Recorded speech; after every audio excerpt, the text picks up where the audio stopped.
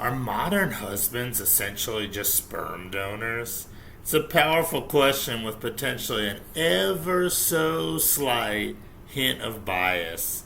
In my case, it's my own failures as a dude to impregnate someone, which I'm sure colors this video. But we're going to talk about a few things today and see where we land.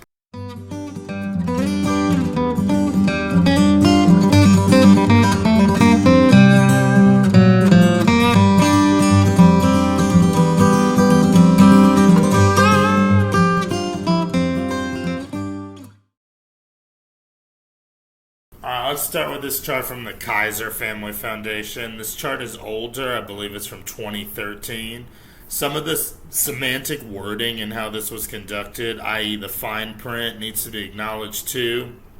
This is essentially both women and men self-reporting on how they respond to kids being sick, household dynamics, etc. But look at the father's side. 3% of males self-report they take care of sick kids. 3%.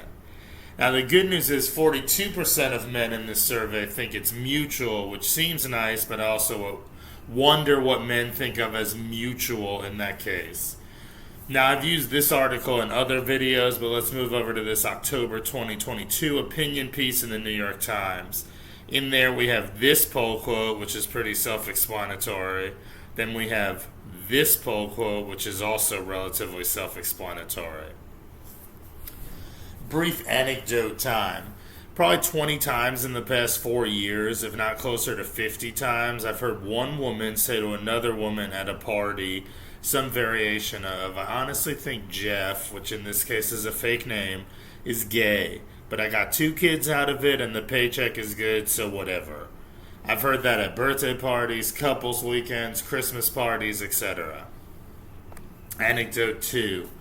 Last summer I bartended a little bit. One of the most amazing things about bartending was that you would get couples at the bar and you'd be BSing with them when it was slower, and the husband and the couple could never, and I mean never, successfully identify what grade their kid was in.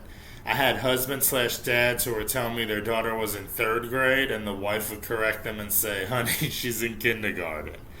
Now, others have made videos on this too. Here's the depressing normalization of the useless husband from the Financial Diet, which I then co-opted and stole myself for a Substack post title. In reality, all these situations vary by couple, their wants and needs, how old they were when they met, how many kids, what ages those kids are, and the capacity of both man and woman for self-awareness. I'm also obviously primarily discussing heteronormative couples right now. Now, men are going through a lot with shifting definitions around what masculinity even is, but I also don't think men are doing a good job of raising the bar on their role in society beyond simply virility and income. Women have their own struggles, many of which have been documented for generations.